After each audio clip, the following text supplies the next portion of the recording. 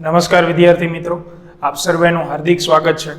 તો લાસ્ટ લેક્ચરની અંદર મેં તમને થોડું ઘણું હોમવર્ક આપેલું હતું, જે ખૂણાઓના એકમોના રૂપાંતર આપણે ભણી ગયેલા હતા કે મિનિટમાંથી સેકન્ડમાં કઈ રીતે આવે કે ડિગ્રીમાંથી રેડિયનમાં કઈ રીતે આવે। અને એ સિવાય નવીન વસ્તુ ભણી ગયા હતા કે એક જ રકમની અંદર બે એકમો હોય તો એ ખૂણાને કઈ રીતે એક એકમમાં કન્વર્ટ કરો। તો એને લગતા આપણે ઘણા બધા એક્સ્ટ્રા દાખલાઓ જોઈ ગયા હતા। ચારેક દાખલાઓ મેં તમને હોમવર્કમાં આપેલા હતા, તો એના જવાબો તમે તમારી રીતે ચકાસી લો। તો પહેલી રકમ હતી 9 મિનિટ અને 600 સેકન્ડ। તો આને તમે બે એકમો કયા કયા, 1 મિનિટ 1 સેકન્ડ, તો કાં તો તમે એને માત્ર મિનિટમાં ફેરવી શકો અથવા માત્ર સેકન્ડમાં। તો માત્ર મિનિટમાં આન્સર આવે છે 19 મિનિટ, જ્યારે માત્ર સેકન્ડમાં આન્સર આવે છે 1140 સેકન્ડ। બરોબર છે। ચાલો, બીજો પ્રશ્ન હતો 8 ડિગ્રી અને 30 મિનિટ। તો એમાં બે એકમો કયા આવ્યા, ડિગ્રી અને મિનિટ। તો માત્ર ડિગ્રી અને માત્ર મિનિટ, તો માત્ર ડિગ્રીમાં આવે 8.5 ડિગ્રી, માત્ર મિનિટમાં આવશે 510। એવી જ રીતે ત્રીજો પ્રશ્ન હતો 4 ડિગ્રી 700 સેકન્ડ। તો આને તમે કાં તો ડિગ્રી અથવા સેકન્ડ બંનેમાં ફેરવી શકો। તો માત્ર ડિગ્રીમાં જવાબ આવે છે 4.1944 ડિગ્રી, 4.19 લખેલો હોય તોય ચાલશે। જ્યારે સેકન્ડમાં આવે છે 18,700 સેકન્ડ।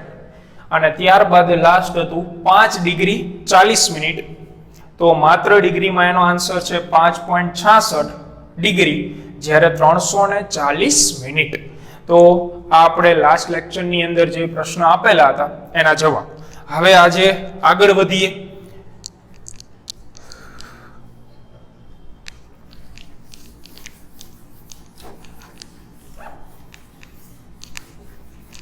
તો દરેક વિદ્યાર્થી ટેક્સ્ટ બુકની અંદર આપણે એક્ઝામ્પલ નંબર પહેલું 2.1 એ ગણી ગયેલા છીએ। આજે આપણે જોઈએ ઉદાહરણ નંબર 2.2।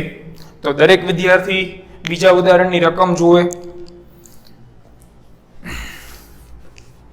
તો એમાં કીધેલું છે કે એક વ્યક્તિ તેની સામે આવેલા એક મિનારાનું અંતર પોતાનાથી કેટલું છે તે નક્કી કરવા માંગે છે। બરોબર છે, એક વ્યક્તિ છે અને તેની સામે એક મિનારો આવેલો છે। તો આ વ્યક્તિને એ મિનારાથી ડિસ્ટન્સ નક્કી કરવું છે।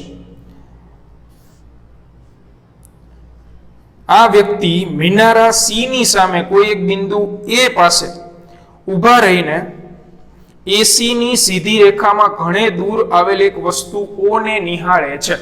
ત્રણ મૂળાક્ષર આયા, એ સી ઓ।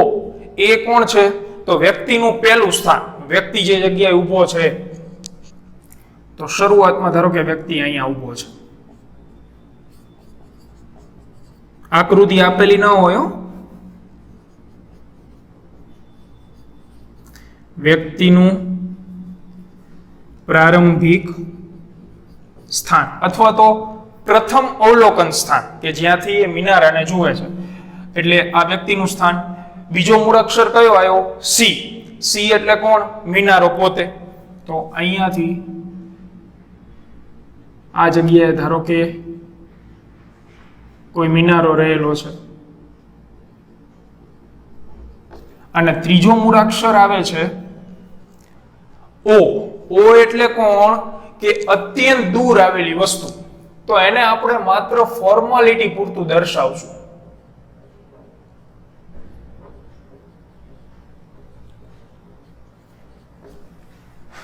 દૂર રહેલી વસ્તુ છે, આની સાપેક્ષમાં એ મિનારાને જુએ છે। આપણને દિશા કહી દીધી છે એસી ની સીધી દિશામાં। એસી એટલે એ થી સી તરફની સીધી દિશામાં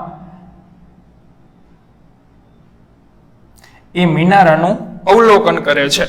અને એની સાપેક્ષમાં એને આ વસ્તુ પણ દેખાતી હોય। તમે એક જગ્યાએ ઊભા હો તો તમારી નજીક રહેલી વસ્તુ અને દૂર રહેલી વસ્તુનું તમે અવલોકન ખૂબ જ સહેલાઈથી કરી શકો। બરોબર છે। તો આ બે રેફરન્સ આપેલા છે, આપણે આગળ વાંચો।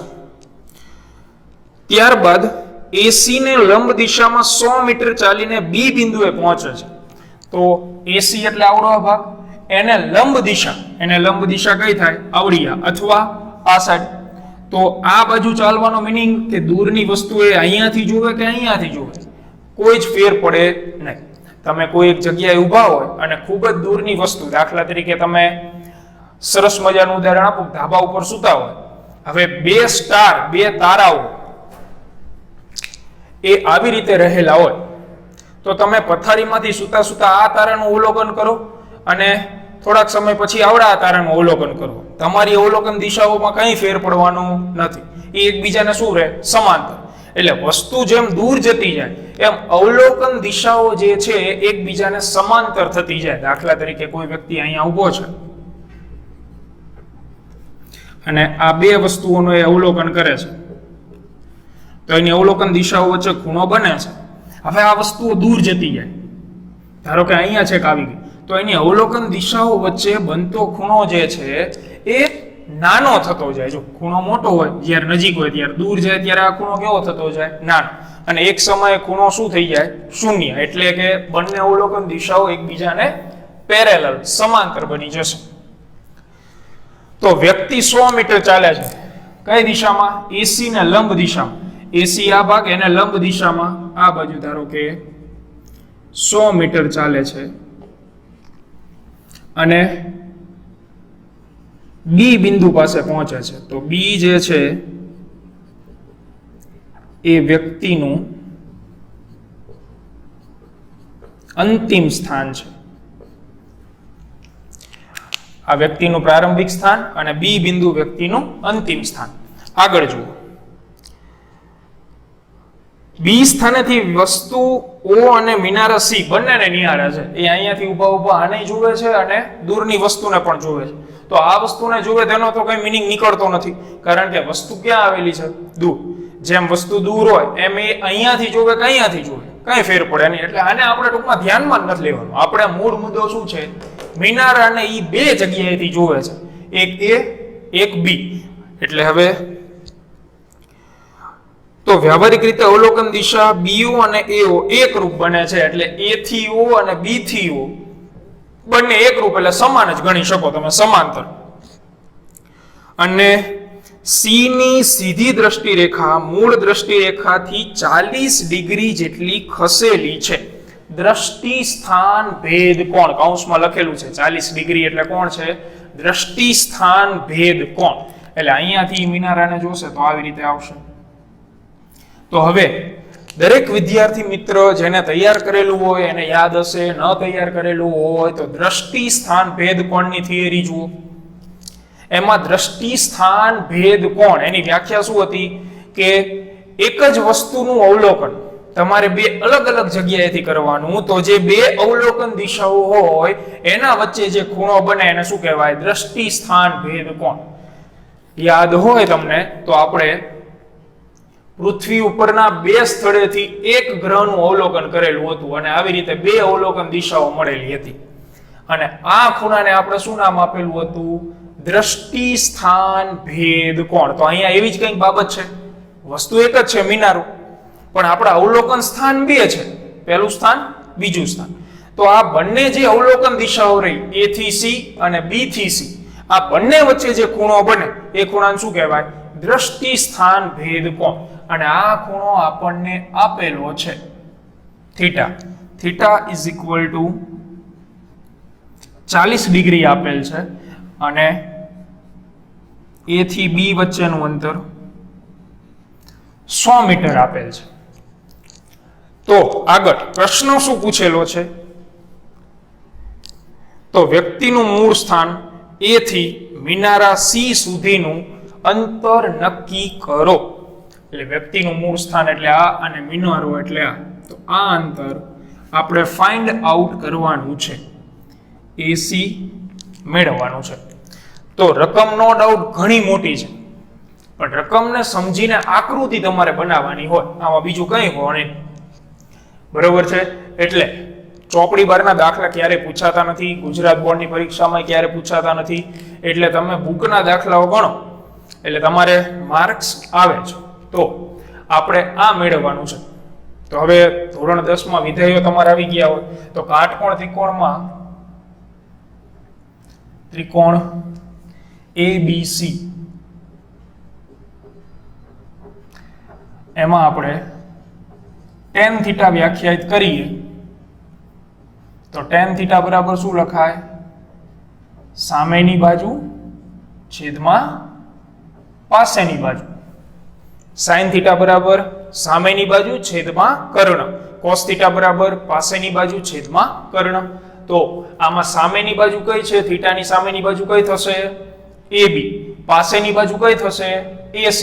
અને જે BC છે એ શું થવાનો છે? કર્ણ.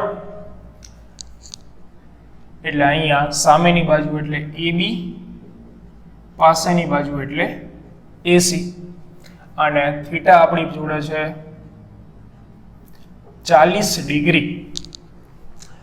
તો આમાંથી AC આપણે મેળવવાનું છે. તો AC ને સૂત્રનો કરતા બનાવી દઈએ. AB ની જગ્યાએ મૂલ્ય મૂકો 100 છેદમાં tan 40 ડિગ્રી. તો હવે લોગ ટેબલ તમારે વસાવવું પડશે. લોગ ટેબલ ની અંદર તમારે જોવાનું પાછળ નેચરલ સાઇન, નેચરલ ટેન્જન્ટ આપેલા હશે. એમાં નેચરલ ટેન્જન્ટમાં 40 ડિગ્રી આવી રીતે આપેલું હોય, ડિગ્રી અને પછી આગળ બધા અલગ અલગ માપ. તો ડિગ્રી ની અંદર 0, 1, 2 એવી રીતે 40 માપ આવશે. અને આ જગ્યાએ 0, 0.0 હોય, 0.1 હોય, 0.2 હોય, એવી રીતે હોય. તો આપણે 40 ડિગ્રી જોવાનું છે. tan નેચરલ ટેન્જન્ટ ની વાત છે. લોગ ટેબલ ની અંદર આવડું આ કોષ્ટક કાઢો. એમાં ડિગ્રી 40 જુઓ અને આ 0 વાળું માપ જુઓ. આ બંને જ્યાં ભેગા થતા હોય અહીંયા જે કિંમત લખેલી હોય ને તે તમારે અહીંયા મૂકવાની થાય. બરોબર? tan 40 degree. તો tan 40 ડિગ્રી તમને આપેલ છે 0.8391. 100 ના છેદમાં 0.8391. આનો કેલ્ક્યુલેટરમાં હિસાબ કરો. 100 ભાગ્યા 0.8391 તો જવાબ મળે છે 118 પોઈન્ટ સમથિંગ. પણ આપણે નિયરલી ઇક્વલ ટુ લખીએ તો 119 metre. That is our required answer. Nearly equal to round off કરીને લખેલું છે. 118 પોઈન્ટ સમથિંગ જે જવાબ આવતો હોય કેલ્ક્યુલેટરમાં એ લખો તો હોય ચાલે. પણ જવાબ શેમાં આવે મિત્રો? મીટરમાં. કારણ કે પૂછેલું શું છે આપણને? અંતર. અને અંતરનો એકમ મીટર છે. આ અંતર મીટરમાં છે એટલા માટે. બરોબર? તો સિમ્પલ દાખલો. જેવડી રકમ છે ને એવડું તો સોલ્યુશન નથી. રકમ જ મોટી આપેલી છે, બાકી દાખલો એકદમ નાનકડો એવડો છે. તો શાંતિથી આને ફેરબુક ની અંદર ઉતારી લો, પછી આપણે આગળનો દાખલો જોઈએ.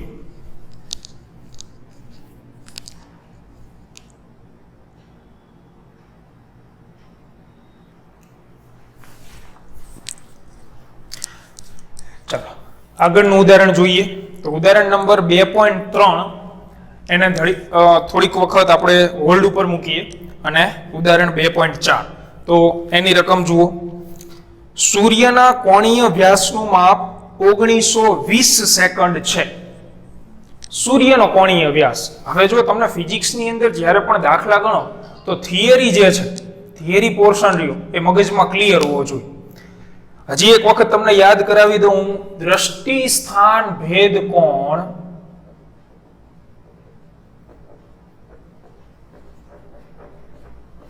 અને કોણીય વ્યાસ બંને ખૂણાઓના જ નામ છે.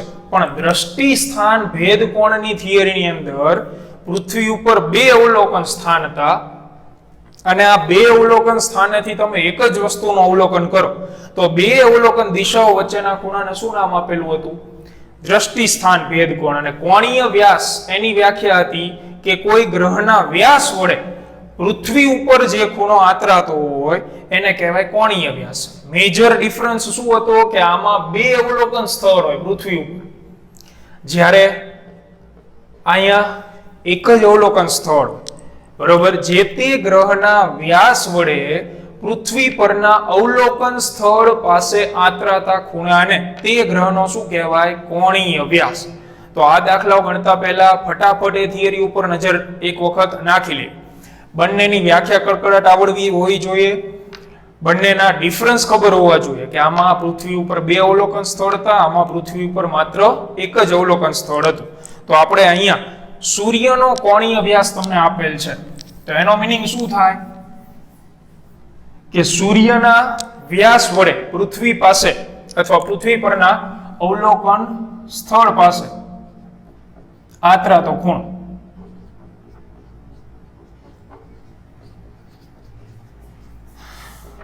એની સંજ્ઞા આપણે આલ્ફા એવું લખતા હતા 1920 સેકન્ડ.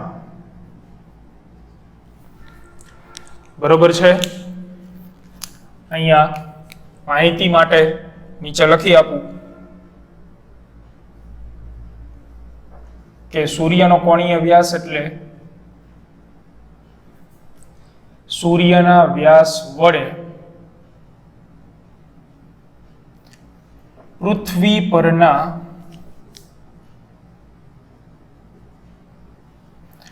અવલોકન સ્થળ પાસે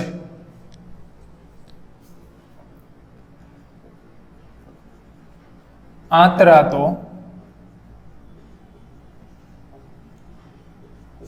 ખૂણો, એને શું કહેવાય? કોણીય વ્યાસ. ચાલો, એટલે એક વસ્તુ ક્લિયર થઈ ગઈ કે આ દાખલાની અંદર 2 પદાર્થો છે, સૂર્ય અને પૃથ્વી. તો આના ઉપરથી આપણે આકૃતિ બનાવીએ.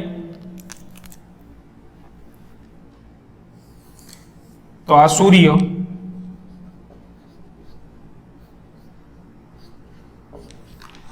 અને આ છે ધરા, પૃથ્વી, ધરતી, ભૂમિ, અર્થ. ઘણા બધા સમાનાર્થી શબ્દ હું બોલી ગયો. હવે સૂર્યનો વ્યાસ એટલે આવડું આ ડિસ્ટન્સ થયું AB, અને આ વ્યાસ વડે પૃથ્વી પરના અવલોકન સ્થળ પાસે આતરાતો ખૂણો. તો અવલોકન સ્થળ ધારો કે અહીંયા છે, પોઈન્ટ P પાસે. એટલે આ જે ખૂણો છે ધેટ ઇઝ ગિવન આલ્ફા. આ તમને આપેલો છે 1920 સેકન્ડ. આમાં તમે દાખલાઓ બોક્સો તો નહીં મેળવે, તમારે દાખલાઓ સમજવા પડશે, તો તમે બહુ વ્યવસ્થિત રીતે દાખલાઓને ગણી શકશો. તો આપણે અહીંયા સંજ્ઞા આપી દઈએ બંનેને. આને કહી દઈએ capital D and that is small d. એટલે કેપિટલ D એટલે સૂર્યનો વ્યાસ,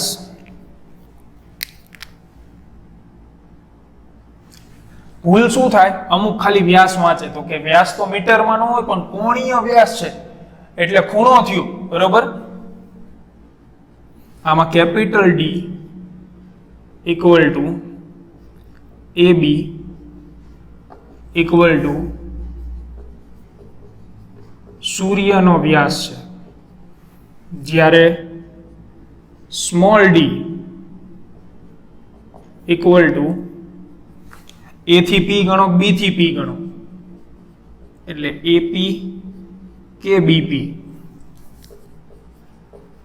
સૂર્ય અને પૃથ્વી વચ્ચેનું અંતર. તો આ સંજ્ઞાઓ છે. હવે આપણે આગળ રકમ જોઈએ. તો એમાં સૂર્ય અને પૃથ્વી વચ્ચેનું અંતર કેપિટલ D 1.496 10^11 મીટર. એટલે આમાં તમને સંજ્ઞા આપી દીધી છે, તો તમે સંજ્ઞા ન લઈ શકો, એટલે અહીંયા આપણે સ્મોલ d કરી નાખીએ, અને આ જે છે એની સંજ્ઞા રકમની અંદર જ આપેલી છે as a capital D. Small d capital D. સૂર્ય અને પૃથ્વી વચ્ચેનું અંતર આપણને આપી દીધું છે 1.496 10^11 મીટર. લખવામાં ધ્યાન રાખવું, આ સેકન્ડ નો વંચાઈ જાય કે સેકન્ડ ની સંજ્ઞા નથી. ના ભાઈ ના, સેકન્ડ થોડુંક ત્રાસી કરીએ છીએ આપણે, અને આ 11 ઘાતાંક છે. તો મેળવવાનું કીધું છે સૂર્યનો વ્યાસ કેટલો થાય. આ આપણે ગોતવાનું છે. એટલે રકમ પૂર્ણ. પહેલા સૂર્યનો કોણીય વ્યાસ આપેલો હતો. કોણીય વ્યાસ એટલે આ લખવું જરૂરી નથી, રેડ પેનથી લખ્યું, એ તમને માત્ર રિમાઇન્ડ થાય એટલા માટે લખેલું છે. આકૃતિ તમારે જાતે બનાવી લેવાની છે. સૂર્યનો વ્યાસ પૃથ્વીના કોઈ એક અવલોકન સ્થળ પાસે આંતરાતો ખૂણ, તો આપણે વ્યાસ મેળવવાનો છે. તો હવે આ નથી કાટકોણ ત્રિકોણ. કાટકોણ ત્રિકોણ હોત તો આપણે સાઇન, કોસ અથવા ટેન વાપરી શકીએ. સાદું ત્રિકોણ બને છે. તો એના માટે કોણીય વ્યાસવાળી થિયરી આપણે ભણી ગયા હતા. એમાં સૂત્ર આવ્યું હતું ચાપ બરાબર ખત્રી, ખૂણો ગુણ્યા ત્રિજ્યા. યાદ રાખવાનું કીધું હતું ને આપણે. આના પરથી સોલ્વ થઈ જશે દાખલો. તો આકૃતિમાં જુઓ, ચાપ શું ગણાય? AB. ખૂણો આલ્ફા એન્ડ ત્રિજ્યા તો A થી P અથવા તો B થી P. તો સંજ્ઞા સ્વરૂપે આપણે લખીએ તો AB એટલે small d equal to alpha ગુણ્યા A થી P એટલે કોણ? Capital D. મેળવવાનું શું છે આપણે? Small d. તો સ્મોલ d કરતા બનાવો, ઓલરેડી કરતા છે જ. કિંમત મૂક દો. તો કિંમત મૂકતા પહેલા સમીકરણ નંબર 1 શું કામ? તો ફિઝિક્સની અંદર ધ્યાન રાખવાનું કે જ્યારે તમને રકમમાં આપેલું હોય બધું, તો એ બધું એસઆઈ એકમમાં છે કે નહીં. તો રકમની અંદર સૌથી પહેલા ખૂણો આપેલો છે. તો ખૂણો કયા એકમમાં છે? સેકન્ડમાં. અંતર આપેલું છે. અંતર શેમાં છે? મીટરમાં. તો એસઆઈ એકમ એટલે આપણે જે ઓલું કોષ્ટક દોરાવેલું હતું 7 રાશિઓનું, ભૌતિક રાશિઓનું, બરોબર, એમાં એસઆઈ એકમો લખાવેલા છે બધાયના. ખૂણાનો એસઆઈ એકમ તો જ્યારે ખૂણાઓનો ટોપિક ભણી ગયા હતા આપણે, જ્યારે મેં તમને ખૂણાઓની એકમો વિશે કીધું હતું કે 4 એકમ હોય, ડિગ્રી, સેકન્ડ, મિનિટ અને રેડિયન. એમાં નીચે એક લાઈન લખાવેલી છે, ખૂણાનો એસઆઈ એકમ હંમેશા શું હોય? રેડિયન. એટલે આ જો તમને કિલોમીટરમાં આપેલું હોત તો ફરજિયાત તમારે શેમાં ફેરવવું પડે? મીટરમાં. તો આ ઓલરેડી મીટરમાં છે જ.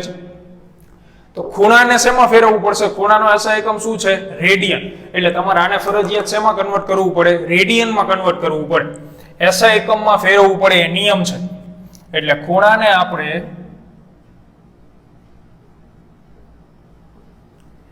રેડિયન માં ફેરવવો પડે.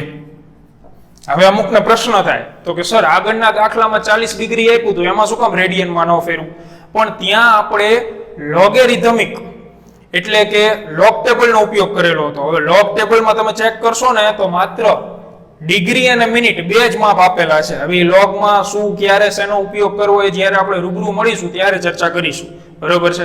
એટલે એમાં આપણે tan વિધેય વાપરેલું હતું, એટલા માટે એને રેડિયનમાં કન્વર્ટ નથી કરેલો. અહીંયા તો વિધેય છે નહીં, એટલે ખૂણાને ફરજિયાત શેમાં ફેરવવો પડે? રેડિયનમાં ફેરવવો પડે. તો રેડિયનમાં ફેરવવા માટે શેમાંથી શેમાં ફેરવવો છે? શેમાં આપેલો છે? સેકન્ડમાં. શેમાં ફેરવવો છે? રેડિયનમાં. તો ઓલું જે આપણે એક આખી લાઈન લખેલી હતી ને, 1 ડિગ્રી 60 મિનિટ 3600 સેકન્ડ π/180 રેડિયન. આમાંથી ત્રિરાશિ મૂકો. સેકન્ડ માંથી રેડિયનમાં જવું છે તો 3600 સેકન્ડ હોય ત્યારે કેટલા રેડિયન છે? π/180 રેડિયન. તો આપણી જોડે કેટલી સેકન્ડ છે? 1920. તો ત્યારે રેડિયન કેટલા? તેથી આલ્ફા ઇઝ ઇક્વલ ટુ 1920 ગુણ્યા π/180 અને છેદમાં આ બંનેનો ગુણાકાર થાય, છેદમાં આવે 3600. તો કેલ્ક્યુલેટરમાં આનો હિસાબ કરો. 1920 ગુણ્યા 3.14 ભાગ્યા 3600 ભાગ્યા 180. એટલે તમને એનો જવાબ જે છે એ મળે છે 9.31 10⁻³ આટલો જવાબ તમને રેડિયનની અંદર મળશે. અથવા તો સીધું આપણે જોઈએ તો 0.00930 કેલ્ક્યુલેટરની અંદર કરવાનું છે 0.00930 રેડિયન.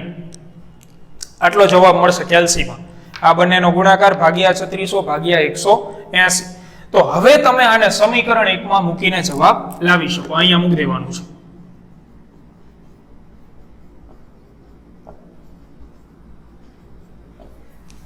તો સમીકરણ 1 માં મૂકીએ આપણે. તો હવે જગ્યા નથી એટલે મારે આ પૂછવું પડશે. તો હું પૂછું એ પહેલા તમે શાંતિથી આને એક વખત પોઝ કરીને ક્લિક કરી લો.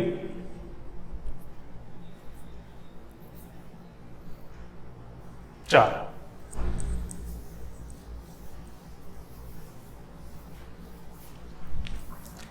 તો હવે સમીકરણ 1 માં સ્મોલ ડી ઇક્વલ ટુ આલ્ફાની જગ્યાએ 0.00930 ગુણ્યા કેપિટલ ડી. તો કેપિટલ ડી એટલે 1.496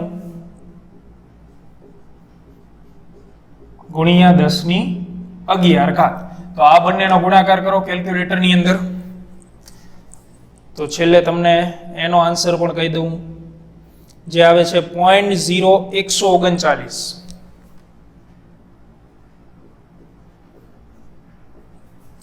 ગુણ્યા 10^11 મીટર. તો આ અંતર આપણને સૂર્યના બે વ્યાસાંત બિંદુઓ વચ્ચેનું મળે, એટલે કે સૂર્યનો શું મળે છે? વ્યાસ. તો દાખલામાં કંઈ જ નથી. દાખલા માટે તમારે માત્ર એટલું જ યાદ રાખવાનું છે, ચાપ બરાબર ખૂણો ગુણ્યા ત્રિજ્યા. જે મહત્વનો મુદ્દો હતો એ ખૂણો કયો આપેલો છે, તો કે કોણીય વ્યાસ. એટલે કોઈ ગ્રહના વ્યાસ વડે પૃથ્વી પાસે આતરાતો ખૂણો. બીજી બાબત શું યાદ રાખવાની, કે જ્યારે તમને માત્ર ખૂણો આપેલો હોય અને એનો તમારે ઉપયોગ કરવો જ પડે એવું હોય, બરોબર, તો ત્યારે તમારે ખૂણાને ફરજિયાત શેમાં ફેરવવો પડશે? રેડિયનમાં. તો આ જે આપણું કન્વર્ઝન છે એ તો આપણે આગલા લેક્ચરમાં શીખવાડી દીધેલું છે કે સેકન્ડમાંથી રેડિયનમાં જવું હોય તો આટલા રેડિયન, તો આટલી સેકન્ડે કેટલા. આ રેડિયનમાં મળી ગયું. પછી સમીકરણ 1 માં મૂક દો, જવાબ આવી જાય. એટલે અંતર મીટરમાં હોવું જોઈએ, ખૂણો ફરજિયાત શેમાં હોવો જોઈએ? રેડિયનમાં. હા, તમે જે વિધેયો છે એનો ઉપયોગ કરો તો તમે રેડિયનમાં ન ફેરવો તો ચાલે. સાઇન વાપરો, કોસ વાપરો, ટેન વાપરો ત્યાં. પણ અહીંયા તો કાટકોણ ત્રિકોણ છે નહીં, એટલે એકેય વિધેય વાપરી શકાય એમ હતું નહીં. બરોબર છે? તો આ દાખલો અહીંયા પૂર્ણ થાય છે.